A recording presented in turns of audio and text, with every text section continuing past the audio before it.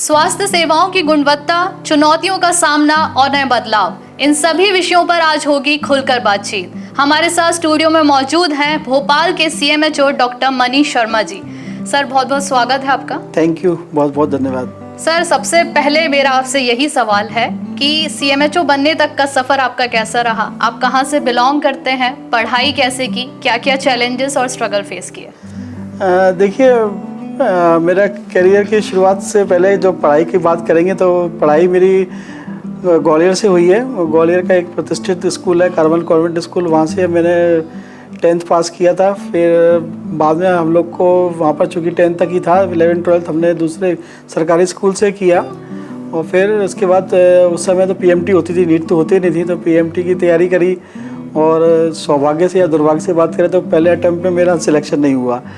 तो चूँकि मेरे साथ में मेरा जो भाई है, छोटा भाई है, हम लोग एक ही क्लास में पढ़े हैं शुरू से, उसका सिलेक्शन हो गया था। तो मैं तो गुस्से में आके फिर मैंने छोड़ ही दिया कि मैंने क्या, मेरे को नहीं बनना डॉक्टर। और मैंने साइंस कॉलेज वहाँ ज्वाइन कर लिया था। और लेकिन फिर बाद में कुछ दोस्तों ने और पेरेंट्स ने बोला कि नहीं, एक अटैम्प्ट तो बनता है, कम से कम एक अटैम्प्ट और दो। फिर सेकेंड अटैम्प्ट जब दिया ड्रॉप लेके, तो उसमें सिलेक्शन हो गया। तो फिर ग्वालियर मेडिकल कॉलेज से 1990 में मेरा सिलेक्शन हुआ। तो वहीं से फिर मैंने जीआरएमसी मेडिकल कॉलेज से मैंने ग्रेजुएशन किया। फिर इसके बाद फिर वही कहानी, एंट्रेंस फिर दिया प्री पीजी के लिए। तो प्री पीजी में भी वही कहानी थी कि वेटिंग से फिर मेरे को जबलपुर मेडिकल कॉलेज में टीवी एंड चेस्ट में डिप्लोमा का कार्य सीखने का मौका मिला। तो 2 साल फिर मैं जबलपुर में मैंने कार्य किया। इस बीच फैमिली का सपोर्ट काफ़ी रहा? हाँ बिल्कुल, जैसे मैं बताया कि हम लोग पेरेंट्स के सबसे छोटे बच्चों में से थे। मेरे बड़ी हमसे 4 बहनें थीं। तो पिताजी गवर्नमेंट जॉब में थे। और जब मैं 10th में था तभी पिताजी रिटायर हो गए थे। तो चैलेंजेस भी बहुत होते थे पढ़ाई के लिए, ट्यूशन फीस के लिए, गाड़ी घोड़े सब के लिए। लेकिन उस सबसे स्ट्रगल करते करते धीरे धीरे हम लोग निकलते गए और अपने आज यहाँ तक पहुँचा दिए हैं। तो स्टार्टिंग से ही लक्ष्य था कि सिर्फ डॉक्टर ही बनना है या फिर कुछ और भी बीच में समझ आया कि कुछ और भी करना चाहिए? उस केवल 89 का फेज था, जब सिलेक्शन नहीं हुआ था तब थोड़ा भटक गए थे कि नहीं, हमको नहीं करना डॉक्टर। और वैसे उससे पहले लक्ष्य तो यही था कि डॉक्टर ही बनना है। और जब 90 से हुआ तो फिर ये दिमाग में था कि आगे चल के जब पीजी भी करेंगे तो एज ए फिजिशियन ही वाला काम करेंगे, सर्जरी वाला काम नहीं करेंगे। तो इत्तेफाक से वो फिजिशियन वाला ही काम मेरे को मिल गया था। डॉक्टर बनने के बाद जीवन में किस तरीके के बदलाव महसूस किए? हाँ, वो तो एक थोड़ा सा जो फेज़ रहता है 90s का जो था, जैसे सिलेक्शन होता है तो यूफोरिया कुछ ज़्यादा ही हो जाता है कि अब तो बहुत सब कुछ पा लेंगे, सब कुछ कर लेंगे। काफ़ी एक्साइटमेंट भी रहती थी। लेकिन उस समय के अच्छा दौर था, सीनियरों का बहुत बढ़िया सहयोग मिलता था। तो उसके द्वारा हम लोग करके एक्साइटमेंट धीरे धीरे ख़त्म होता जाता है। और फिर बाद में पता चलता है कि नहीं, एक्साइटमेंट तो एक तरफ है, सिलेक्शन एक तरफ है अपना। लेकिन मेन चीज़ ये है कि वहाँ काम बहुत करना पड़ता है और सबसे ज़्यादा पढ़ाई तो बहुत ज़्यादा ही करनी पड़ती है। तो फिर धीरे धीरे मालूम पड़ा कि नहीं, हंसी मजाक अलग चीज़ है और करियर बनाना है तो यहाँ मेहनत तो करनी पड़ेगी। सीएमएचओ के पद तक पहुंचने में कितना समय लगा? क्या चीज़ें इस दौरान आपने फेस की? हाँ बिल्कुल, क्या होता है, जैसे मेरे साथ तो ये थोड़ा सा एक सौभाग्य रहा मेरा कि 2001 में मेरा सिलेक्शन हुआ था। और उसके मैं चूँकि मैं पीजी करके ज्वाइन किया था, तो ज्वाइन करते से ही मेरे को मतलब कुछ दिन बाद ही पन्ना ज़िले में मैंने ज्वाइन किया था। और वहाँ पर मेरे को डीटीओ का पद दे दिया गया था। डीटीओ मतलब डिस्ट्रिक्ट टीबी ऑफिसर का पद दे दिया था। तो एडमिशन का काम मैं 2001 से ही कर रहा था। ऐसे करते करते फिर जगह जगह मैंने काम किया, 3 जिलों में मैंने काम किया। और बीच बीच में मैं जब ग्वालियर में था तो सीएमएचओ का चार्ज मिल जाता था। जो होते थे वो छुट्टी पे चले जाते थे, तो वो चार्ज मेरे को दे के जाते थे। तो अनुभव धीरे धीरे मिलता गया। और फिर कोविड जब आया 2020 में, तब मैं ग्वालियर में कोविड का जो वार्ड था हमारे जिला अस्पताल का, उसका मैं प्रभारी था, चूँकि चेस्ट स्पेशलिस्ट था। तो और फिर इसके बाद बीच में कुछ हुआ तो फिर मेरे को बताया गया कि नहीं, आपको सीएमएचओ का चार्ज लीजिए आप। तो फिर सितंबर 20 में मैंने ग्वालियर सीएमएचओ का चार्ज ले लिया। और फिर आपको पता है सेकेंड वेव आ गई और पूरा दुनिया उसका हाहाकार मच गया, पेंडेमिक आ गया था। तो ऐसे करते फिर 23 तक मैं लगभग 3 साल फिर ग्वालियर का सीएमएचओ रहा था। और फिर उसके बाद अब 10 जून से मैंने भोपाल का संभाला है सीएमएचओ। ग्वालियर से आप भोपाल आए। भोपाल के सीएमएचओ की जिम्मेदारी संभालने के बाद शुरुआती अनुभव कैसे रहे आपके?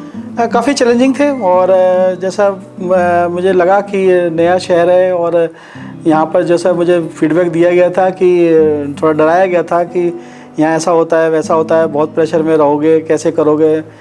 तो लेकिन यहाँ का फिर मैंने आके देखा, यहाँ का लोगों का, यहाँ अधिकारियों का और बाकी सभी लोगों का बहुत अच्छा सहयोग मिला। और ऐसा कहीं कोई दिक्कत नहीं है जैसा प्रकार से मेरे को डरा दिया गया था, ऐसा कोई यहाँ लगा नहीं।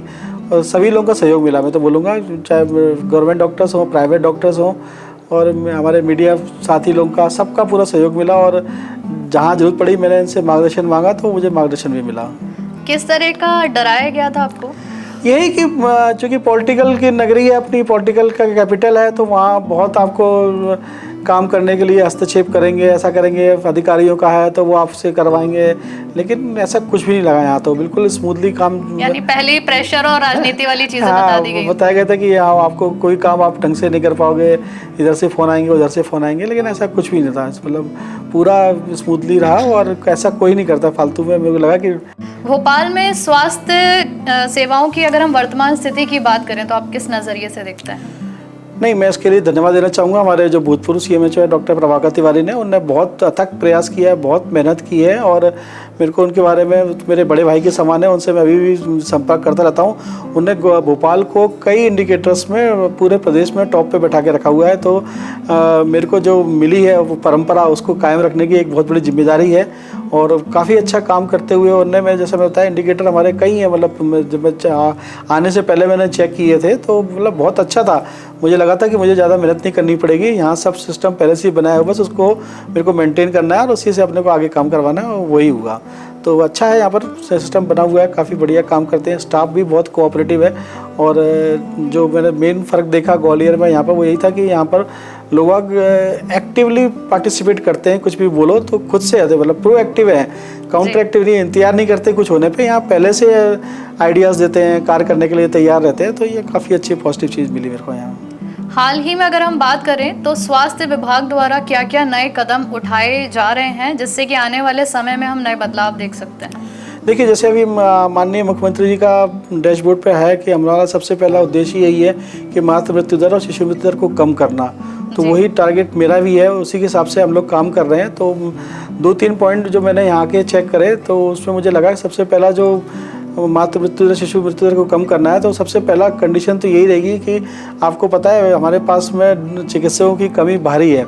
तो मेरा सबसे पहला उद्देश्य यही था कि हम डॉक्टरों की एफिशिएंसी को बढ़ाएं, कि उनकी एफिशिएंसी कैसे बढ़ सकती है। और ये मेरे लिए, फिर से मैं बोलूँगा, सौभाग्य की बात थी कि भोपाल आने से पहले अप्रैल में मेरे को सरकार के द्वारा ही IIM कलकत्ता भेजा गया था ट्रेनिंग के लिए। तो वहाँ पर हम लोग को सिखाया था, केस प्रेजेंटेशन करे थे, तो वहाँ से सीखने को मिला था कि अपन एफिशिएंसी कैसे बढ़ा सकते हैं, अपने कार्यकर्ताओं के लिमिटेड रिसोर्सेज में हम बेस्ट आउटपुट कैसे दे सकते हैं। तो मैंने जो सबसे पहले उसमें देखा कि अगर एफिशिएंसी बढ़ानी है तो सबसे पहला पॉइंट ये रहेगा कि अवेलेबिलिटी, जितने भी डॉक्टर, हमारा स्टाफ का कर्मचारी है, उसको जितने वर्किंग आवर्स है, अगर वो समय समय उपलब्ध रहेगा तो हमको रिजल्ट मिलने की संभावना ज़्यादा हो सकती है। तो मैंने आते से ही उसी पे फोकस किया कि अवेलेबिलिटी रहे, जितने भी शासकीय डॉक्टर और पैरामेडिकल लोग हैं वो समय पे उपलब्ध रहें, कि मरीज को भटकना ना मिले। वो कहीं संस्था में जा रहा है, छोटी से छोटी में जा रहा है या बड़ी से बड़ी में जा रहा है, तो वो समय पे डॉक्टर मिल जाए उसको और उसकी अच्छे से सम्मानजनक उसको इलाज मिल जाए।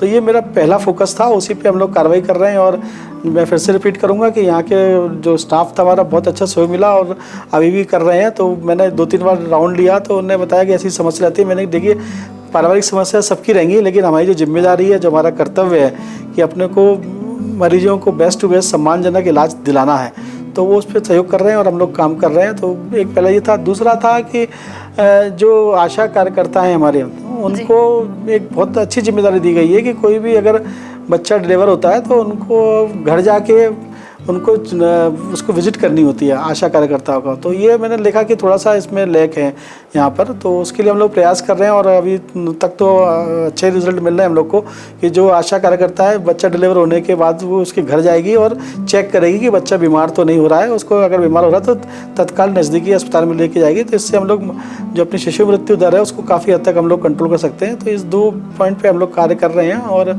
चूँकि एक बहुत वास्ट बड़ा काम है और बहुत बड़ा टास्क है और 1-2 दिन में इसके रिजल्ट नहीं मिलेंगे, और लेकिन उम्मीद यही है कि हम लोग काम करते रहेंगे तो 5 से 6 महीने में हम लोग अपना इम्प्रूवमेंट लेके आ जाएंगे। प्रयास और पहल अच्छा है जी, और ऐसे में हम कह सकते हैं कि सिर्फ अस्पतालों के स्तर पर ही नहीं, हम निजी स्तर पर भी आप मेहनत करने का प्रयास कर रहे हैं। हाँ बिल्कुल, क्योंकि पता है कि मेन चीज़ जो हम जिसके लिए बने हैं, जिसके काम करना है वो तो करना ही है ना, उसमें कोई इफ एंड बट्स तो है नहीं। क्योंकि जैसे कहीं मैंने पढ़ा भी था कि उसमें लिखा कि आप जो दायित्व दिया गया है और जिससे आपका घर चल रहा है ना, तो उसको तो करना ही चाहिए। कोई इसमें इफ एंड बट्स नहीं होना चाहिए, बेस्ट टू बेस्ट सर्विस देनी चाहिए। और फिर चूँकि ये तो हमारा था सेवा वाला काम है, डॉक्टर लोगों का पूरा जितने भी पैरामेडिक भी मैं शामिल करूँगा, सेवा का काम है। और इससे अच्छी तो सेवा है नहीं कि आपको सेवा करने के पैसे मिल रहे हैं, तनख्वाह मिल रही है, तो फिर क्यों ना हम अपना बेस्ट टू बेस्ट देंगे इसमें। बिल्कुल। शहर में सरकारी अस्पतालों की सुविधाओं को और बेहतर बनाने के लिए क्या योजनाएं हैं? क्योंकि आजकल हम देख रहे हैं कि डॉक्टर्स शायद शिफ्ट और वर्किंग आवर्स से अपने त्रस्त होकर और जॉब छोड़ने पर आ जाते हैं। कई बार उनको इतनी ओवर शिफ्ट करनी होती है जिसके कारण वो डिप्रेशन में चले जाते हैं। तो ऐसे में आपके द्वारा क्या प्रयास किए जाते हैं वो मोटिवेशन भी रहे, वेतनमान भी समय समय से बढ़ता रहे? क्योंकि ऐसे में डॉक्टर्स को भी काफ़ी चीज़ें फेस करनी पड़ती हैं जिसका प्रेशर कहीं ना कहीं आपके ऊपर भी आता होगा। बिल्कुल, ये जो आप बात करें सही है, लेकिन अभी थोड़ा सा चेंज ये आ गया है कि अभी जैसे आपको पता है इतने मेडिकल कॉलेज खुल गए हैं, तो डॉक्टरों की संख्या बढ़ाने के लिए सरकार ने पूरा प्रयास किया है। और भोपाल की बात करेंगे, ग्वालियर का मैं भी देख चुका, मुरैना भी देखा, पन्ना भी देखा। अब जब हम लोगों ने जॉब शुरू किया था तब चैलेंजेस अलग थे, अब तो वो चैलेंजेस है ही नहीं, क्योंकि स्टाफ भी अब काफ़ी मात्रा में हम लोग को मिलता जा रहा है। पैरामेडिक हो चाहे डॉक्टर्स लोग आते जा रहे हैं, और सरकार ने कई तरीके से उन लोग को सरकारी सेवाओं में जोड़ने के लिए प्रयास किया है। उसमें से एक बॉन्डेड पीरियड का है, बॉन्डेड डॉक्टर आ रहे हैं, पीजी भी आ रहे हैं, यूजी भी आ रहे हैं, इंटर्नशिप हमारे से कर रहे हैं लोग, डॉक्टर्स लोग भी कर रहे हैं। तो इससे डॉक्टर्स तो आ रहे हैं, बस वो यही है कि उनको एक जैसा होना चाहिए कि मानसिकता में से थोड़ा सा एटीट्यूड में चेंज करेंगे तो वो अच्छा रिजल्ट देंगे हम लोग को। बिल्कुल। ग्रामीण और शहरी क्षेत्रों की बात करें तो स्वास्थ्य सेवाओं को कैसे बेहतर किया जा रहा है? इन दोनों के बीच के जो एक अंतर है उसको। बिल्कुल, तो जैसा मैंने बताया ना कि हम लोग ग्रामीण क्षेत्र में बात करें तो सरकार ने जो हमारे उप स्वास्थ्य केंद्र हुआ करते थे तो उनको आयुष्मान आरोग्य मंदिर का दर्जा दिया गया है। और आयुष्मान आरोग्य मंदिर इतनी अच्छी जगह है, वहाँ पर आपको हर प्रकार का मतलब इलाज उपलब्ध करा दिया गया है। और वहाँ पर CHO बोलते हैं, कम्युनिटी हेल्थ ऑफिसर, उनको पदस्थ किया है, उनको प्रॉपर ट्रेनिंग दी गई है और वो कई विषयों की वहाँ पर आपका इलाज करते हैं। उसमें मतलब आपका मानसिक से लेके शारीरिक दोनों का करते हैं, वहाँ पर योगा तक करते हैं और भी कई चीज़ें करते हैं। और फिर अच्छी बात यह है कि चूँकि वो ग्रामीण परिवेश में है तो वहीं के लोगों को शामिल करके उनकी समितियाँ भी बनाई गई हैं, जांच बनाया गया, महिला आरोग्य समिति बनाई गई है। तो वहाँ के जो लोकल जनप्रतिनिधि हैं, जनता है, उनको मिला के हम लोग काम कर रहे हैं। तो ये एक बहुत अच्छा है कोहेसिव एफर्ट किया गया है सरकार के द्वारा कि वहाँ के लोग को सम्मिलित करके ग्रामीण में, तो जो छोटी मोटी चीज़ों के लिए उनको शहर भागना पड़ता था वो नहीं भागेंगे, वहीं पर उनका बेस्ट इलाज कर सकते हैं। जैसे अभी मैं यहाँ पर भी चेक करने गया था, 2-3 जगह मैंने चेक की है, तो CHO लोग इतना अच्छा कार्य कर रहे हैं कि जो गर्भवती माताएं होती है उनको अगर हीमोग्लोबिन कम, एनीमिया है, तो उनको आयरन सुक्रोज वगैरह हम लोग देते हैं। तो उनने अपने संस्था में इसकी व्यवस्था कर दी है। सोचिए जिस चीज़ के लिए महिलाओं को शहर आना पड़ता था, बड़े CHC आना पड़ता, अब वो CHO लेवल पे उन लोग अपने यहाँ कर रहे हैं। तो एक अच्छा अचीवमेंट है और इसका बहुत अच्छा परिवर्तन हम लोग को देखने को मिल रहा है कि ग्रामीण क्षेत्रों में उनको एनीमिया का इलाज कर रहे हैं और भी विभिन्न NCD जो हमारे बोलते हैं, जिसको नॉन कम्युनिकेबल डिसीज है, ब्लड प्रेशर, डायबिटीज़ और थायराइड, ये सब की वहाँ पर उन लोग दवाएँ उपलब्ध करा रहे हैं, है ना। और भी मतलब जागरूकता के लिए भी काम कर रहे हैं। स्वच्छता का उनको बताते हैं ग्रामीण वासियों को कि अपनी स्वच्छता कैसे रखें। अब जैसे कि अभी बरसात का मौसम था तो वहाँ पर पानी को कैसे अपने को स्वच्छ रखना है, मच्छरों को कैसे पनपने नहीं देना है, ये सब की जानकारी बीमारियां पानी से ही पनपती बिल्कुल बिल्कुल। तो उसमें काफ़ी कुछ उन लोग को मतलब अवेयरनेस भी काम कर रहे हैं। तो मतलब एक छोटी सी संस्था में, एक छोटे से यूनिट में हमारे उस गाँव में, उस गाँव के आसपास के लोगों को अवेयरनेस भी कर रहे हैं और उपचार भी कर रहे हैं, दोनों काम कर रहे हैं वो। और जो शहर की बात करेंगे तो शहर में हम लोग का दूसरा चैलेंज था। शहर में हम लोग को चैलेंज ये था कि है अभी भी कि जो बड़े अस्पताल हैं, जैसे कि अपना JP हॉस्पिटल है या हमीदिया है, एम्स है, तो सामान्य बीमारियों के लिए लोग कम से कम वहाँ ना जाएँ। तो वहाँ का OPD का लोड, मतलब जो वहाँ स्पेशलिस्ट बैठा है, जैसे कोई अगर पल्मोनोलॉजिस्ट है, कोई अगर नेफ्रोलॉजिस्ट है, तो वो केवल वही मरीज देखे, उसको सर्दी जुकाम बुखार वायरल के ये वहाँ नहीं पहुँचे। अभी यही होता है कि एक MD मेडिसिन अगर कोई बैठा है तो वो जो फिल्टर होकर जाना चाहिए था वो नहीं पहुंचते, हर प्रकार के मरीज वहाँ पहुंच जाते हैं। तो इसी सोच के तहत ही ये संजीवनी क्लिनिक की स्थापना की गई थी और भी की थी कि गली मोहल्लों में इसीलिए खोले गए थे कि वहाँ पर आपको जो बेसिक बीमारियाँ हैं जो डे टू डे होती हैं उसका इलाज मिल जाए, और रेबीज तक के इंजेक्शन, एंटी स्नेक वेनम, ये सब लोगों ने वहाँ उपलब्ध कराए हैं कि इन सब चीज़ों के लिए आप वहाँ पर जाइए, जिससे कि जो बड़ी संस्था टर्शरी केवल लेवल जितने भी अस्पताल हैं वहाँ पर सुपर स्पेशलिटी और स्पेशलिटी की सर्विस हम लोग उपलब्ध करा सकें। मौसम बदलने के साथ बीमारियां भी बढ़ने लगती हैं, तो इससे निपटने के लिए क्या तैयारियां हैं? हाँ देखिए, बरसात का सीज़न था अभी, अब जो सबसे बड़ा चैलेंज रहता है इस समय डेंगू और चिकनगुनिया का।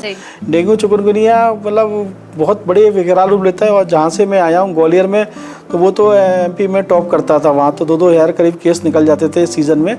लेकिन अच्छी बात यह है कि इसके लिए पुनः मैं धन्यवाद दूंगा डॉक्टर तिवारी सर को कि उन्होंने इतना अच्छा सिस्टम बनाया हुआ है कि यहाँ पर नगर निगम का और हमारे स्वास्थ्य विभाग का इतना ज़बरदस्त कोऑर्डिनेशन में काम करते हैं कि कहीं केस निकला और बस वहाँ पर तत्काल टीम पहुँचती है, और जो हम लोग का वो है रूल्स है कि 100 घर के उसके आस-पास जितने भी 100 घर हैं वहाँ पर हमारी टीम इंटरनल फ्यूमिगेशन करती है और नगर निगम टीम एक्सटर्नल करती है, प्लस लोगों को समझाइश करती है कि कहीं भी पानी इकट्ठा ना होने दें। जैसे आपके टूटे फूटे मटके होते हैं, डिब्बे हैं, टायर्स हैं, गमले हैं, कि क्योंकि जो डेंगू का जो लार्वा होता है वो उसी में पनपता है और वहीं से फिर वो फैलता है। तो ये अच्छा सिस्टम बनाया हुआ था, इसलिए यहाँ केस अभी भी बहुत कम निकलते हैं। आज की डेट में भी अगर अपन 1 अप्रैल से बात करेंगे तो 57 करीब अपने पे डेंगू के निकले हैं और 55 चिकनगुनिया के निकले। तो ये स्पष्ट दिखाता है कि कंट्रोल एक्टिविटी जो हमारी और नगर निगम के द्वारा की जा रही है वो इफेक्टिव है, कारगर है। वो जनता को स्वास्थ्य योजनाओं का लाभ पहुंचाने के लिए किन बड़ी चुनौतियों का आपको सामना करना पड़ता है? सबसे बड़ी चुनौती तो जैसा मैंने आपको बताया कि हम लोग को भीड़ कंट्रोल करने की बहुत सख्त आवश्यकता है, क्योंकि मैं आपने भी भुगता है, मैंने भी कई बार देखा है कि कोई भी जो एक आम नागरिक है वो सरकारी अस्पताल से जाने से इसलिए डरता है कि वहाँ टाइम बहुत लगता है, है ना, वो कई स्टेज से गुजरता है। तो मेरा दूसरा टारगेट पे है कि इस ड्यूरेशन को हम लोग कैसे कम करें कि मरीज गया तो सबसे पहले पर्चा बनाने में उसको लाइन में लगना पड़ेगा, फिर वो डॉक्टर के पास जाएगा, फिर वो लाइन में लगेगा, फिर डॉक्टर ने अगर पैथोलॉजी बोल दिया तो वो फिर लाइन में लगेगा, फिर दोबारा डॉक्टर के पास आएगा रिपोर्ट दिखाने, फिर वो दवा लिखेंगे, फिर दवा लेने में जाएगा तो फिर वहाँ लाइन में लगेगा। तो ये किसको कट शॉर्ट करना है, तो इस पे हम लोग अपने और वरिष्ठ, क्योंकि इस बीच कई सीरियस इश्यूज ऐसे आते हैं जहां बिल्कुल तत्काल प्रभाव से इलाज की जरूरत है। नहीं इसमें तो होता है, जैसे इमरजेंसी की तो सब जगह नॉर्म्स है, अगर कोई इमरजेंसी केस आता है तो उन सब चीज़ों को नहीं करते हम लोग, बिल्कुल सीधा इमरजेंसी रूम में जाता है। फिर भी कहीं ना कहीं एक दायरा आ ही जाता है। हाँ, थोड़ा समय लग जाता है उसमें, तो इसी के लिए हम लोग प्रयास कर रहे हैं कि जल्दी से जल्दी मरीज को बेस्ट अपना इलाज दे सकें। इसके लिए हम लोग कई संस्थाओं से सहयोग लेके हम लोग बातचीत चल रही है, और जैसा कि मैंने बताया कि हमारा मेन उद्देश्य ये है कि मरीज को वेट ना करना पड़े जी, कि जल्दी से जल्दी उसका उपचार मिल जाए और सम्मानजनक मिल जाए। मैं फिर से बोलूँगा, क्योंकि कोई भी आया है वो एक हमारे पास मरीज है, और मरीज को बेस्ट सर्विस हम तभी दे पाएंगे कि जब हमारे प्रति उसके प्रति रिस्पेक्ट होगी। क्योंकि आपको पता है कि अभी कल हम लोग प्रोग्राम में थे तो वहाँ भी माननीय डिप्टी सीएम साहब ने भी कहा कि अगर डॉक्टर मुस्कुरा के बात कर लेता है तो मरीज की कॉन्फिडेंस वैसे ही बढ़ जाता है। तो थोड़ा सा इस चीज़ की हम लोग फोकस करेंगे कि दोनों पहलू पे, और जैसा आपने बताया था कि डॉक्टरों की स्वास्थ्य पे भी हम लोग को कार्य करना है, क्योंकि अभी जो डेटा आता है आपको देख के चौंकाने वाला है कि जो लाइफ एक्सपेक्टेंसी है वो डॉक्टरों की बहुत कम है आम जनता से जी। तो उसका कारण ये है कि स्ट्रेस, तनाव इतना ज़्यादा रहता है। तो इसके लिए भी हम लोग कार्य कर रहे हैं कि कूल डाउन होकर अपना काम करें और अपने स्वास्थ्य का भी ध्यान रखें। मेन चीज़ वही खान पीन का थोड़ा सा ध्यान रखेंगे, और मानसिक के लिए अपनी बढ़ाने के लिए बहुत से साधन आ गए हैं। अभी जैसे कि एक संस्था है, उसका नाम नहीं लेंगे अपन ओपन मंच पे, उनका सहयोग से हम लोग मेडिटेशन का प्रोग्राम चला रहे हैं। पूरा ग्वालियर ज़िले में हम लोग का करा हुआ था, बहुत अच्छा उसका रिस्पांस मिला था। अब यहाँ भी हम लोग उसको शुरू करेंगे कि मेडिटेशन डॉक्टरों का नियमित हम लोग करवाएं और उसके फ़ायदा ले सकें वो। कई तरह की सरकारी योजनाएं हैं जिसमें एक सबसे ज़्यादा उभर के आती है वो आयुष्मान योजना। तो ऐसे में कई तरह के पॉजिटिव नॉर्म्स भी देखते हैं हम, नेगेटिव नॉर्म्स भी देखते हैं। नेगेटिव चीज़ों में अगर मैं बात करूं तो फर्जी तरीके की चीज़ें सामने आती हैं, चाहे वो अस्पताल की तरफ से हो, इलाज में लापरवाही से मरीज़ की मौत ही हो जाना हो। तो ऐसे में कई तरह की चीज़ें हैं जो निकल कर सामने आती हैं। हाँ बिल्कुल, ये आयुष्मान से देखिए अगर अपन बात करेंगे तो आयुष्मान से लाभ कई लोगों को मिल चुका है। अभी जैसे मैं बताया था, कल हम लोग एक प्रोग्राम में गए थे तो वहाँ पर बताया गया है कि कितने ज़्यादा लोगों ने आयुष्मान से किडनी ट्रांसप्लांट करा दिए हैं, और डायलिसिस हो रही है, मतलब इम्प्लांट्स डाले जा रहे हैं, जो एक आम आदमी कभी सोच भी नहीं सकता था कि इतना महंगा खर्चीला इलाज वो अपना किसी प्राइवेट अस्पताल में करा सकता है। तो वो सब उसकी सुविधा है। लेकिन जैसा आपको पता है कि हर चीज़ के कुछ ना कुछ साइड इफ़ेक्ट भी हो जाते हैं, तो उसके कुछ जगह से हम लोग को शिकायतें भी मिली हैं कि जो आयुष्मान इम्पैनल्ड हॉस्पिटल है वहाँ पर कुछ चीटिंग की गई है मरीजों के साथ में। तो हम लोग बिल्कुल, हमारी एक टीम बनी हुई है और हमारी टीम भी इसका निरीक्षण करती है और ऑडिट करती है, प्लस जो स्टेट की टीम है आयुष्मान कंट्रोल की, उन लोग भी खुद जाते हैं, उनकी टीम भी ऑडिट करती है और पेनल्टी भी लगाती है और उन पर कार्रवाई भी करती है। कुछ जगह तो FIR तक की नौबत आई है, तो वो भी की गई है। यानी पूरे तरीके से आप उस पर कार्रवाई बिल्कुल करते हैं? बिल्कुल बिल्कुल, उसमें तो कोई लेतलाजी करते ही नहीं हम लोग। बस थोड़ा सा जानने की जनता को ज़रूरत भी है कि जो आयुष्मान इम्पैनल्ड अस्पताल होते हैं, तो अगर आपके पास में अगर आयुष्मान कार्ड है तो एडमिशन से पहले वहाँ चेक कर लें कि आयुष्मान इम्पैनल्ड हॉस्पिटल है कि नहीं है, क्योंकि हर अस्पताल आयुष्मान इम्पैनल्ड नहीं होता, पहले बात। दूसरी बात, हर अस्पताल में हर फैकल्टी इम्पैनल्ड नहीं होती है। जैसे कि अगर अपन बात करेंगे पीडियाट्रिक है, ऑर्थोपेडिक है, नेफ्रोलॉजी है, तो जो अस्पताल पे जिस चीज़ के डॉक्टर उपलब्ध होंगे, जिसकी सुविधा होगी, वो केवल उसी की विधा की इम्पैनलमेंट कराता है। अब जनता को तो पता नहीं होता, उसको तो लगता है कि मेरे पे आयुष्मान कार्ड है और ये इलाज करेगा, उसने लिख दिया आयुष्मान की सेवा उपलब्ध है, लेकिन उस पर ये नहीं लिखा कि वो जो फैकल्टी की चाहिए, जैसे कि ऑर्थोपेडिक का है, अब उस पर डॉक्टर पे वहाँ पर है ही नहीं अस्पताल में आयुष्मान में। आयुष्मान का उसका इम्पैनलमेंट केवल मेडिसिन के लिए है या पीडियाट्रिक के लिए या गायनी के लिए, ऑर्थोपेडिक के लिए है ही नहीं। अब फिर वहाँ से फिर शिकायतें उत्पन्न हो जाती हैं कि इनने हमारा आयुष्मान पे होते हुए इलाज नहीं किया, जबकि वो इम्पैनल था ही नहीं, वो ऑर्थोपेडिक, वो कहाँ से करेगा वो। तो थोड़ा सा जनता को जागरूक होना चाहिए, जब भी जाएँ तो थोड़ा सा ये चेक कर लें। और हम लोग अपनी तरफ से भी निर्देश जारी किए हुए हैं कि सारे अस्पताल जो आयुष्मान से इम्पैनल हैं, तो वो उसको बोल्ड अक्षरों में लिखाएं कि वो किस किस फैकल्टी के अंदर आयुष्मान के कार्ड के मरीज को लेंगे और किनको नहीं ले सकते। तो स्पष्ट उस पर लिखेंगे, तो इससे दोनों तरफ से ट्रांसपेरेंसी रहेगी, मरीजों को भी रहेगी और चिकित्सक बंधुओं को भी रहेगी। तो जो शिकायतें उठती हैं, CM हेल्पलाइन लगती है, हम लोग बहुत जूझते हैं, तो इससे थोड़ा सा हम लोग कंट्रोल करेंगे इस पर चीज़। यानी ऐसे में जनता को खुद से भी जागरूक रहने की बिल्कुल बिल्कुल, क्योंकि आयुष्मान इम्पैनल्ड अस्पताल होना इसका मतलब ये नहीं कि आपके जो कार्ड है वो वहाँ पर वैलिड हो ही जाएगा, उसके आप चेक करना पड़ेगा वो फैकल्टी या वहाँ पर सर्विसेज दे रही है कि नहीं दे रही है, नहीं है तो फिर वो नहीं दे पाएंगे। ग्वालियर और भोपाल में स्वास्थ्य सेवाओं की अगर हम बात करें तो क्या अंतर आपने देखा?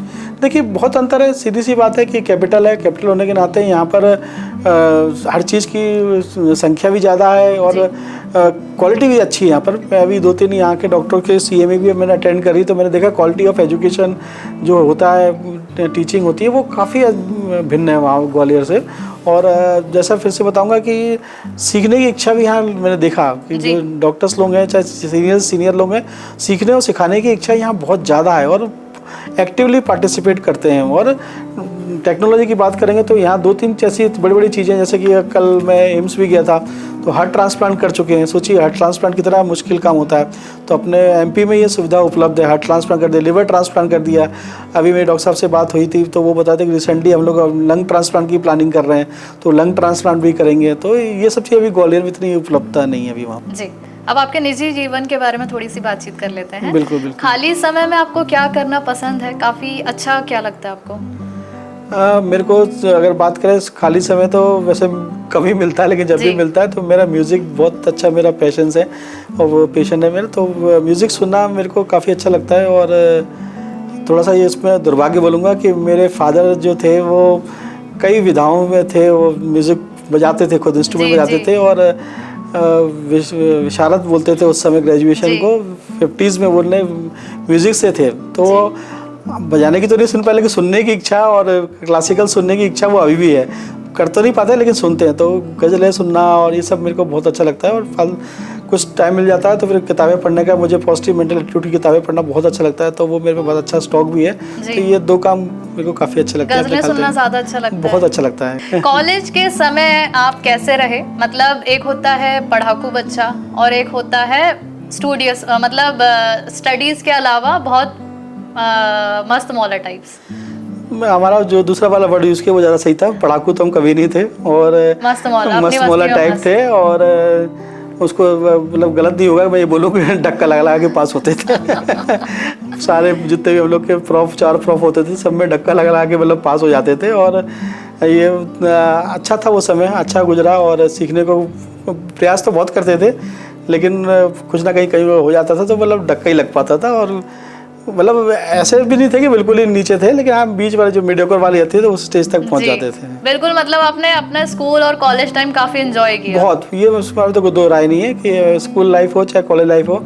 और इसके लिए मैं अपने पेरेंट्स का और ऊपर वाले का धन्यवाद देना चाहूँगा कि बेस्ट स्कूल जो ग्वालियर का था उसमें हम लोग की स्कूलिंग हुई, और जो बेस्ट कॉलेज था ग्वालियर का मेडिकल कॉलेज, उस पर ग्रेजुएशन करा और पीजी भी किया जबलपुर से, तो वहाँ भी सब बेस्ट ही था और खूब एंजॉय किया। खूब अपनी टीम थी हम लोगों की, तो काफ़ी फन और सब होता था। जैसे इस मौसम में तो क्लास में बैठने की कभी बनती नहीं थी, खूब पिकनिक बनाना ये सब खूब दौर चला करता था। स्कूल या कॉलेज के दौरान का ऐसा कोई किस्सा जो कि एक बड़े दृश्य में सामने आया हो और आज भी याद हो? हाँ बिल्कुल, कई किस्से हैं। एक किस्सा तो ऐसे ही था कि हम लोग, चूँकि मैं डे स्कॉलर था तो हॉस्टल लाइफ अट्रैक्ट करती थी जी। लेकिन घर वालों से अलाउ नहीं होता था कि तुम हॉस्टल में रहोगे, क्योंकि उनको फीडबैक था कि हॉस्टल में जाके बच्चे बिगड़ जाते हैं जी। अब चूँकि जैसे बताया कि 4 बड़ी बहनें थी तो उन सबका मार्गदर्शन था, तो वो कहे नहीं तुम घर पे। तो कई बार होता था कि हम लोग रात को झूठ बोल के नहीं हम तो पढ़ रहे हैं और हॉस्टल में थोड़ा सा इम्पोर्टेंट है सीखेंगे, वो ना करते हुए हम लोग रात को 2-2, 3-3 बजे तक ग्वालियर फोर्ट घूमते थे। तो वहाँ पर भूत प्रेत को बोलते थे वो है, तो हमने कि चलो चेक करते हैं कौन सा भूत प्रेत है। तो वो सहस्त्र बाहु का मंदिर है हमारे ग्वालियर फोर्ट में। जी, जी। तो वहाँ जाके रात को 2-3 बजे तक हम लोग बैठे गप्पे किया करते थे। तो यानी बंक मार के आप भी गए? हाँ बिल्कुल बिल्कुल बिल्कुल बिल्कुल। कॉलेज के दौरान कोई क्रश रहा आपका? वही चीज़ है कि ये जिस दौर से सब लोग गुजरते हैं तो उस दौर से मैं भी गुजरा और क्रश भी हुआ था, सब कुछ था, लेकिन वो वन साइडेड था, इसलिए चैप्टर क्लोज हो गया। आपको मैंने सुना है आप फूडी बहुत हैं, आपको खाना बहुत पसंद है, मतलब आप नए नए तरह की चीज़ें बहुत आप पसंद करते हैं ट्राई करना। बिल्कुल, ये आपने एक अच्छा चीज़ बताया कि मैं फूडी बहुत हूँ, लेकिन मेरे साथ एक समस्या ये है कि कोई भी एक चीज़ मुझे लगातार खाने में एक शराब सा लगता है, पाप सा लगता है, तो मेरे को वैरायटी चाहिए होती है डेली।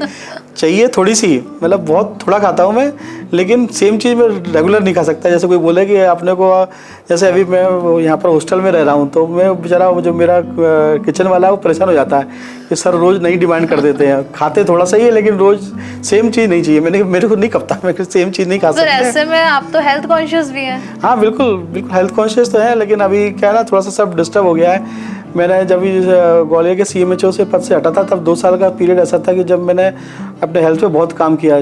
जैसे कि कोविड था, बहुत स्ट्रेस वाला काम था, तो मेरे घर में ना किसी को थी, मेरे को डायबिटीज़ भी हो गई और ब्लड प्रेशर भी हो गया, वेट गेन भी हो गया था। तो फिर मैंने 2 साल पीरियड में मैंने 12 किलो वजन कम किया और सब कुछ अपना मेंटेन कर दिया। लेकिन अभी 2 महीने में सब डिस्टर्ब हो गया, 2 किलो वजन और बढ़ा लिया। तब उस पर अब काम करना है, जैसे थोड़े अब लोग सेटल हो जाएंगे तो फिर नेचुरली वो भी करेंगे। और सबसे अच्छी चीज़ है कि मैंने कहीं पढ़ी थी, आपने भी पढ़ी होगी, कि बॉडी इम्यूनिटी का अपने हर चीज़ पे बहुत अच्छा रोल होता है। बॉडी इम्यूनिटी अगर आपकी बरकरार रहेगी तो आप तो कम्युनिकेबल डिसीज से भी बच सकते हैं और नॉन कम्युनिकेबल शुगर डायबिटीज़ जैसे बीमारियों से हम लोग बच सकते हैं। तो मैं हर जगह बताता हूँ, अभी कि जब भी हम लोग कहीं मौका मिलता है बात करने का तो मैं स्पष्ट बताता हूँ कि इम्यूनिटी पे काम करिए। और इम्यूनिटी काम करने के लिए आपको 4 पिलर्स होते हैं, 4 पिलर पे आप काम करेंगे, गारंटी है कि आप बीमार पड़ जाएं, है ना। तो 4 पिलर क्या हैं? सबसे पहला पिलर है आपको न्यूट्रिशन। आपको जो शरीर को चाहिए ना वो खाना है, ना कि जो जवान को चाहिए वो खाना है, उस पर अपन फोकस करना है। न्यूट्रिशियस डाइट अपने को लेनी है, पहला अपना पिलर ये है। दूसरा पिलर है एक्सरसाइज। अब एक्सरसाइज में ज़रूरी नहीं है कि अपन जिम जाएं, आप जो कर सकते हैं लेकिन नियमित है, रेगुलर की बात है। रेगुलर एक्सरसाइज करना है आपको, वॉक करें, जो भी करें तो वो रेगुलर होनी चाहिए। तीसरा है आपको रेस्ट, क्योंकि जैसे आपको पता है कि अपनी मैकेनिकल लोग नहीं हैं हम लोग, एक अपन को रेस्ट चाहिए होता है। तो rest proper 6 to 8 hours sleep आपको सोना ही चाहिए। अगर आप रेस्ट नहीं करेंगे आप बीमार पड़ते रहेंगे। आप भले ही खूब बैलेंस डाइट कर लें, खूब जिम चले जाएं, लेकिन अगर रेस्ट नहीं है तो भी आप बीमार पड़ेंगे। और जो चौथा पिलर है वो सबसे ज़्यादा इंपॉर्टेंट है। अगर आपका चौथा पिलर कमज़ोर है तो आपके 3 पिलर का आप कितना भी कर लेंगे, आपको खुद आपको प्रैक्टिकल मिलेगा, आदमी बीमारी पड़ रहता है। और चौथा पिलर है आपकी सोच। आपकी सकारात्मक अगर सोच नहीं है आपकी, आप जिम चले जाइए, आप बैलेंस डाइट कर लीजिए, आप रेस्ट कर लीजिए, आप बीमारी पड़ते रहेंगे। तो सोच पे काम करने की बहुत सख्त आवश्यकता है। सकारात्मक सोच के अगर आप काम करेंगे तो बहुत अच्छा रहेगा। और सोच बनाने के लिए भी आपको पता है क्या क्या करना है, वो करेंगे तो हम इम्यूनिटी बढ़िया रहेगी और हम डॉक्टरों पे लोड भी कम पड़ेगा, बीमारी आदमी कम पड़ेगा। सबसे ज़्यादा जैसे कि हार्ट अटैक के जो केसेस बढ़े हैं, हम अधिकतर देखते हैं कि गलत लाइफस्टाइल और जो हमारी लाइफस्टाइल में जिस तरीके के बदलाव हैं, उसमें ये 4 पिलर्स बहुत मायने रखते हैं। बिल्कुल। क्योंकि केसेस अभी हम कुछ टाइम से देखे हैं, इनफैक्ट अगर मैं कहूँ कि पैंडेमिक सिचुएशन के बाद ये केसेस और बढ़ चुके हैं। बिल्कुल। देखिए, इसमें एक कारण तो ये था कि पैंडेमिक आने से कुछ अच्छे इफेक्ट भी होते हैं। तो उसका अच्छा इफेक्ट ये था कि लोग अपने हेल्थ के प्रति जागरूक हो गए हैं। पहले थोड़ा सा नेग्लिजेंस हुआ करती थी, लेकिन अब लोग जागरूक होने के कारण अब खुद से आ रहे हैं अस्पतालों में चेक कराने के लिए कि हमको डायबिटीज़ तो नहीं है, हमको बीपी तो नहीं है। तो ये सब चेक कराने खुद लोग आ रहे हैं। तो ये हमारा पहला दायित्व बन जाता है कि जब लोग आ रहे हैं तो उनको हम स्क्रीनिंग तो कर ही दें कि कोई भी बंदा, मतलब अपने हिंदुस्तान में कोई भी बंदा ना हो जो 30 साल से ऊपर है और उसको बीपी और शुगर की चेकिंग ना की गई हो। तो बहुत मैंडेटरी कर दिया है और लोग अपने से भी आ रहे हैं। लेकिन फिर भी मैं अनुरोध करूँगा सभी लोगों से कि 30 साल से ऊपर जितने भी हम सब लोग हैं तो उनको चेक की बहुत सख्त आवश्यकता है कि हम लोग अपना बीपी शुगर चेक कराते रहें। और चूँकि ये पता है ये साइलेंट किलर में आते हैं लोग, आपको पता ही भी नहीं चलता है और धीरे धीरे आपको नुकसान हो जाता है। और आपने कई किस्से देखे होंगे। अभी रिसेंटली कुछ दिन पहले की बात है, लास्ट वीक की ही बात है कि अपने एक सीनियर IAS सर हैं, उनका मेरे पास फ़ोन आया कि नोएडा का कोई एम्प्लॉय था, फैमिली वहाँ रहती थी। वो आया, अच्छा खासा सवेरे बात हुई, एकदम से उसको चेस्ट पेन हुआ और GP में लेके आया और वो एक्सपायर हो गया। कोई पता नहीं उसको बीपी था, शुगर, किसी को कुछ पता नहीं। तब सोचे ना एक परिवार पे कैसा पहाड़ सा टूट पड़ता है। जरा सी नेग्लिजेंस कि हम लोग ने रूटीनली चेकअप नहीं कराया। अगर रूटीनली बीपी और शुगर हम लोग चेक कराते रहेंगे तो जो साइलेंट किलर है हार्ट अटैक का, इससे और हम लोग बहुत अच्छे से बचा सकते हैं। और ये प्रिवेंटेबल है। अच्छी बात है, ये प्रिवेंटेबल, हम लोग उससे बच सकते हैं, बचा सकते हैं। आजकल लोग घर पे ही चीजें इतनी अपना लेते हैं कि ये चीज करके देख लेते हैं तो ऐसा हो जाएगा, लेकिन डॉक्टर के पास जाने में देरी कर देते हैं। वही मैं बता ना, डॉक्टर में जाने की देरी का एक सबसे बड़ा कारण ये लगता है ना कि एक तो क्या जेब डीली करनी पड़ेगी, दूसरा समय भी जाता है। तो इसी चीज़ को हम लोग ध्यान में रखते हुए किया जा रहा है कि जो हमारी संजीवनी क्लिनिक है तो वहाँ पर फ्री ऑफ कॉस्ट हम सब चीज़ करें और कम समय पे दें। मतलब मरीज़ को ज़्यादा समय ना लगे, वहाँ पर जांच कराएं। तो ये जो बेसिक NCD हमारा जो कॉन्सेप्ट था तो उसमें यही है कि बीपी और शुगर, थायराइड और 2-3 प्रकार के कैंसर हम लोग अपने संजीवनी क्लिनिक पे ही उसको स्क्रीनिंग कर देंगे। तो वहाँ पर टाइमली वो रेफ़र हो जाएगा और जिससे जहाँ डिफर टर्शरी सेंटर में जाएगा तो उसको सीधे उन डॉक्टर से मिलना है, उसका टाइम भी नहीं लगेगा। बिल्कुल। फूड चैप्टर पे वापस आते हैं। आपकी फेवरेट डिश क्या है? क्योंकि आपको कोई भी चीज रिपीटेडली खाना पसंद नहीं है, बट फेवरेट डिश क्या है आपकी? फेवरेट डिश में बात है, सिंपल सा आदमी, दाल चावल मुझे फेवरेट डिश है। आप मेरे को दाल चावल हफ्ते में 3 दिन ही खिला लेंगे, ज़्यादा नहीं, 3 दिन में खा सकता हूँ। और वो भी दाल वैरायटी करते हुए। तो दाल चावल उसमें भी दाल की वैरायटी चाहिए। दाल की वैरायटी लगती है। आपको खाना बनाना भी बिल्कुल पसंद है? नहीं, बिल्कुल। जैसे मैंने बताया कि 4 बड़ी बहनें थी तो बहुत लाड़ प्यार से पड़े बड़े। तो मतलब मेरे को याद है मेरी 5th तक तो हमने दीदियों के हाथ से खाना खाते थे, अपने हाथ से खाना भी नहीं खाते थे, ये थे। तो इसलिए बनाना तो बहुत दूर की बात है। अभी कुछ थोड़ा सा जब मैं अकेला रह रहा हूँ यहाँ पर तो चैलेंज होता था, तो वो भी जोमेटो से काम चलाते थे। ऐसा कौन सा शौक है आपका जो शायद लोग भी नहीं जानते होंगे? ये हिडन सीक्रेट है आपका। हाँ, तो हिडन करा जाएगा। नहीं नहीं। जैसे मैंने बताया कि मेरे को थोड़ा सा अध्यात्म में वो ज़्यादा ही रहता है, मेरा बहुत ज़्यादा विश्वास है और मैं उसको कई चरणों पे करता हूँ प्रयास करने का, अपने पालन करने का। तो एक ये शौक ही है मेरा कि कुछ काम होते हैं, कुछ लोग उसको बोल सकते हैं अंधविश्वास है, लेकिन ये मेरा तो विश्वास है और मैं बिल्कुल आध्यात्मिक होने के कारण और उसका पालन करता हूँ। और जब भी निकलता है, कहीं जाते करते हैं तो कुछ होता है तो वो मैं करता हूँ, चाहे कुछ भी हो जाए, वो करना है तो मतलब करना है। ये हिडन सीक्रेट है? ये मेरा हिडन सीक्रेट है। जीवन में आपको सबसे ज़्यादा प्रेरित किस व्यक्ति ने किया या फिर कोई जीवन मंत्र? देखिए, जीवन में प्रेरित तो कई लोग हैं, लेकिन अगर हीरो की बात करेंगे तो कई लोग होते हैं, लेकिन एक ऐसा बंदा है और उसका नाम मैं खुल के ले सकता हूँ, मुझे कोई उस पर डाउट भी नहीं है। देखिए, मेरे रोंगटे खड़े जाते हैं।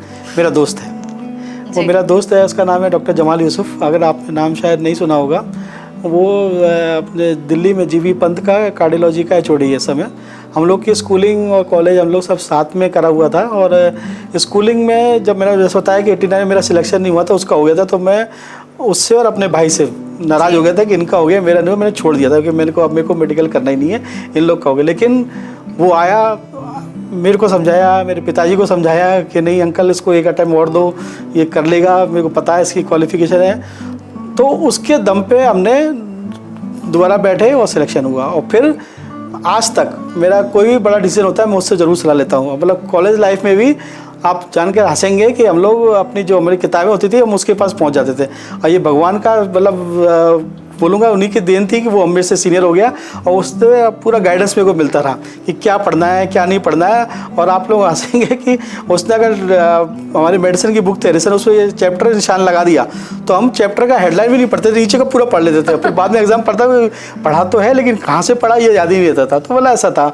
और जीवन के कई मुद्दों पर मैं उसकी आज भी सलाह लेता हूँ और बिल्कुल सटीक सलाह देता है कि मनीष तू ऐसा कर यार, मनीष तू ऐसा कर।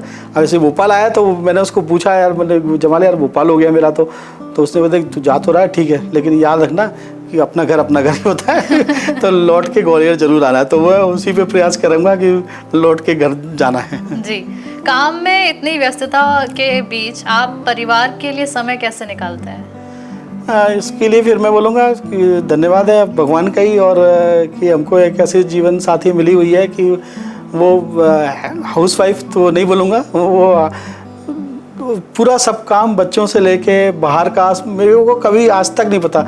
कई बार दोस्त यार पूछ लेते हैं कि ये तुमने कितने का खरीदा, चाहे कपड़ा हो चाहे खाने का हो, मुझे नहीं पता मुझे कुछ भी नहीं पता। आपकी हर चीज़ का ख्याल वो खुद ही रखते हैं। सब वो खुद रखते हैं। बच्चे कौन से स्कूल में पढ़ रहे हैं, उनकी कब फीस जमा करनी है, कहाँ जाना है, मुझे पता ही नहीं रहता। मतलब काम नहीं होता था तब भी मैं नहीं करता था, तब भी वही सब करते थे और अभी भी वो सब पूरा। यानी आपकी घर की जिम्मेदारी आधे से ज़्यादा वही पूरी 90% जिम्मेदारी सब उन्हीं पे डाली रखी हुई है।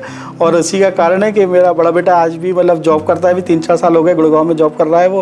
और अच्छे से छोटा बेटा भी मेडिकल में की तैयारी कर रहा है नीट की।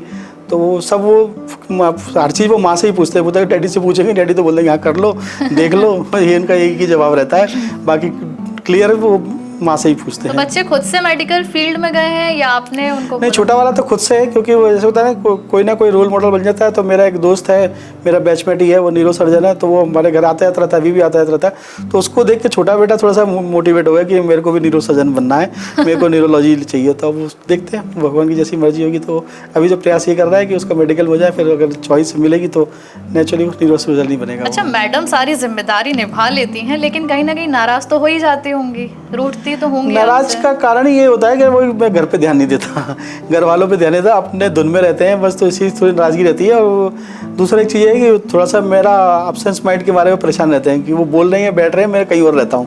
तो इसलिए कई बार जो कुछ बोलते हैं तो वो करते कुछ और दे जाते हैं। तो ऐसे में आप उन्हें कैसे मनाते हैं? मनाना क्या है, वो तो देखिए सिंपल सी चीज़ है कि कुछ गिफ्ट दे दें या कहीं घुमाने ले जाएं तो ये आम तरीका होता है, मान जाते हैं। मतलब बहुत सरल स्वभाव से मान जाती हैं क्योंकि आपकी जिम्मेदारियों को बखूबी समझती हैं। हाँ बिल्कुल। इसमें जैसे होता है कोविड काल में तो हम लोग कई रात घर भी नहीं आते थे, तो मुझे पता भी नहीं चलता था, पूरा घर मैनेज हो जाता था सब कुछ, कहीं शिकायत कोई दिक्कत नहीं। और बहुत है, धन्यवाद है। राखी जी नाम है उनका, राखी जी का हमारे बहुत सपोर्टिव हैं और बहुत हेल्पिंग है। और आज she is my best friend. इससे अच्छी बात क्या होगी। अभी जीवन में ऐसा कौन सा एक बड़ा लक्ष्य है या ऐसा कोई बड़ा सपना है जो अभी भी है जो पूरा करना है? सबसे पहला लक्ष्य तो जैसा मैंने बताया कि मेरे बेटे का ही है, छोटा बेटे का हमारा मेडिकल में सिलेक्शन हो जाए उसका। दूसरा अगर करियर की बात करेंगे तो मैं चाहता हूँ कि जैसा मैंने बताया कि भोपाल में स्वास्थ्य सेवाओं में काम करने के लिए अभी भी बहुत से बड़ा है क्षेत्र जहाँ पर हम लोग काम कर सकते हैं और सबका मेरे को सहयोग भी मिल रहा है। और मैं यही चाहूँगा कि हम लोग कैसे भी करके जो मरीजों को है अपने उनको बेस्ट सर्विसेज हम लोग समय पे उपलब्ध करा सके। तो ये सबसे बड़ा टारगेट अभी लिया हुआ है। और जैसे कल हम लोग गोविंदपुरा सिविल हॉस्पिटल गए थे, वहाँ पर एक जो मैंने टारगेट बनाया था पहले दिन से ही कि मैं इस महीने के एंड तक वहाँ डिलीवरी चालू कर दूँगा। आपको जानकर आश्चर्य होगा कि 20 करोड़ का अस्पताल है, वहाँ डिलीवरियाँ नहीं होती, जबकि 5 लाख की पॉपुलेशन है आसपास में। तो वो डॉक्टर हैं अब्दुल, काफ़ी अच्छा सहयोग कर रहे हैं। तो पूरा हमने कल जाके हमने पूरे प्रयास किया है कि इस महीने वहाँ पर हम लोग डिलीवरी चालू। आप सोचिए ना 15-16 किलोमीटर वहाँ पर लोगों को चल के, ग्रामीण लोगों को काटजू या जेपी आना पड़ता है डिलीवरी के लिए। अब मैं वहीं सुविधा उपलब्ध कराऊंगा। तो ये ऐसे टारगेट छोटे छोटे स्टेप बाय स्टेप टारगेट बना के इसको हम लोग प्रयास करेंगे, अचीव करेंगे इसको। बिल्कुल। कोई ऐसा किस्सा मरीज के साथ या किसी और के साथ जो कि काफ़ी इमोशनल रहा हो? बिल्कुल, जैसा एक किस्सा है कि मैं पीजी करने के बाद मेरी पोस्टिंग हो गई थी और ग्रामीण क्षेत्र में था और एक मरीज आया था, उसको सांस बहुत फूल रही थी। अब चूँकि चेस्ट फिजिशियन था तो मैं समझ गया इसके प्लूरल इफ्यूजन है, पसली में पानी भरा हुआ है। मैंने एग्जामिन किया, चेक किया और उसको मैंने बोला कि ला मैं तेरे चेस्ट में पानी भर गया है और उसको मैं ड्रेन कर देता हूँ। तो पहले तो वो डरा कि आप, चूँकि मेरी हाइट छोटी और उसको लगा नहीं था कि इतना ये इस तक कर सकते हैं, तो मैंने तो चिंता नहीं कर, तेरा हेल्थ को आराम पड़ जाएगा और हो जाएगा। वो उसके घर वालों को समझाया, कंसेंट ली और मैंने उसको वहीं पर ड्रेन लगा के और मैंने जो जितना इंस्ट्रूमेंट जैसा भी था और निकाल दिया उसको। और तीसरे चौथे दिन वो रोता हुआ अपने सब लेके आया और ढेर सारे वो भुट्टे ले आया बोरी भर के मेरे पास में कि आपने मेरा जीवन बचा दिया था। मैंने कि नहीं, ऐसा कुछ नहीं है, ये तो हमारा काम ही होता है। तो ऐसे कई किस्से हैं, मतलब कि बड़ा अच्छा लगता है। जैसे कल वो मैं बताऊँगा, कल हम लोग एक प्रोग्राम में गए थे रात को, तो वहाँ भी यही था कि सोचो ना, किसी मरीज को अगर ऑर्गन डोनेशन में किडनी मिल जाए तो कितनी बड़ी बात होती है और उसका जीवन बच गया। एक बच्चा था 12 साल का, उसको 12 साल में किडनी ट्रांसप्लांट हुई। सोचिए ना, नहीं तो आज से कुछ समय पहले हम लोग सोच नहीं सकते थे कि किसी बच्चे को अगर वो हो जाए किडनी फेल तो वो कैसे अपना जीवन सर्वाइव करेगा। आज वो बता रहे थे वो बढ़िया क्रिकेट खेलता है वो किडनी ट्रांसप्लांट के बाद में। तो ये टेक्नोलॉजी है और सुविधाएं हैं तो अपन कर रहे हैं, तो काफ़ी अच्छा है ये। लेकिन अभी यहाँ बहुत काम करना है। अगर मुद्दा निकल ही आया है तो मैं ये सभी लोगों से अपील करना चाहूँगा कि ऑर्गन डोनेशन पर अभी बहुत काम करना है।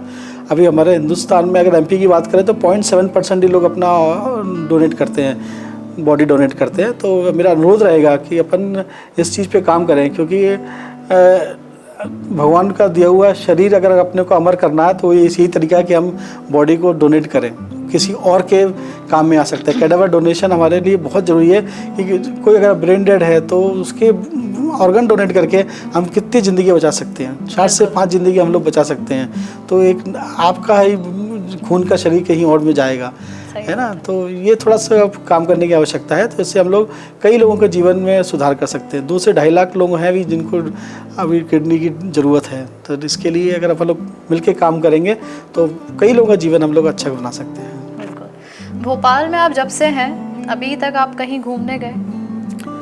गए अभी केवल एक ही जगह गया हूँ, 2 बार गया हूँ और वही धार्मिक होने के कारण भोजपुर महादेव के हम लोग गए हैं और वहीं बड़ा अच्छा लगता है मेरे को। अभिषेक भी किया है वहाँ जाके, तो बस अभी यही देखा है, बाकी तो अभी और कुछ नहीं देखा। भोपाल कैसा लगा आपको? मैंने सोचा है बहुत अच्छा है। ऐसा लगता है तो टूरिस्ट प्लेस पे हूँ, इसलिए कहीं बाहर जाने की इच्छा ही नहीं होगी। टूरिस्ट प्लेस की जगह इसको काम करने को मिल गया। मैं अभी मैडम को बोल भी रहा था कि यहाँ तो अपना छुट्टियाँ भी मिल रही है और अपना काम भी मिल रहा है, दोनों काम हो गए। तो काफ़ी अच्छा लग रहा है यहाँ भोपाल में। तो स्वास्थ्य क्षेत्र में चुनौतियों से निपटने के लिए अब आपकी आगे की रणनीति क्या है? आगे की रणनीति यही है कि जितने भी हमारे अस्पताल हैं और चिकित्सक बंधु हैं वो समय पर उपलब्ध रह के बेस्ट टू बेस्ट सर्विस हम लोग उपलब्ध करा सके। तो ये मेरा सबसे पहला टारगेट है। और कुछ संस्थाएं हैं कि जहाँ पर स्टाफ नहीं है तो हम लोग वहाँ पर कर रहे हैं व्यवस्था कि वहाँ की जनता को, वैसे कल हमने चेक किया तो कई दिनों से वहाँ पर गर्भवती माता को परीक्षण नहीं हुआ था, तो हम लोग कैंप मोड में लगा के वहाँ पर कर रहे हैं। और मेन तो यही है कि भी हम लोग को जो दूसरा प्राइवेट सेक्टर में, जैसे अपने प्राइवेट हॉस्पिटल्स बहुत सारे हैं, तो यहाँ पर हम लोग मरीजों को और डॉक्टरों का जो बैलेंस है बिहेवियर में और कई चीज़ों में, फाइनेंस में, उसको मैनेज कर सकें। मतलब बेस्ट, भले ही वो अस्पताल कोई नॉन मेडिकल चला रहा हो लेकिन वो मरीजों को लूट खसूट कर नहीं दे और जो नेग्लिजेंस वाली बात है वो नहीं आनी चाहिए। तो इस पर हम लोग मेन फोकस काम करेंगे। बिल्कुल सर, बहुत बहुत धन्यवाद हमारे साथ जुड़ने के लिए। Thank you. तो ये थे हमारे साथ भोपाल के CMHO डॉक्टर मनीष शर्मा जी, जिन्होंने स्वास्थ्य विभाग की योजनाओं पर खुलकर बातचीत की, जो कि स्वास्थ्य सेवाओं में इतने जिम्मेदार होने के बाद भी, हंसमुख स्वभाव होने के बाद भी अपनी जिम्मेदारी बखूबी निभाते हैं। फिर मुलाकात होगी अगले एपिसोड में एक नए शख्सियत के साथ। तब तक बने रहिए पीपल्स अपडेट के साथ। नमस्कार।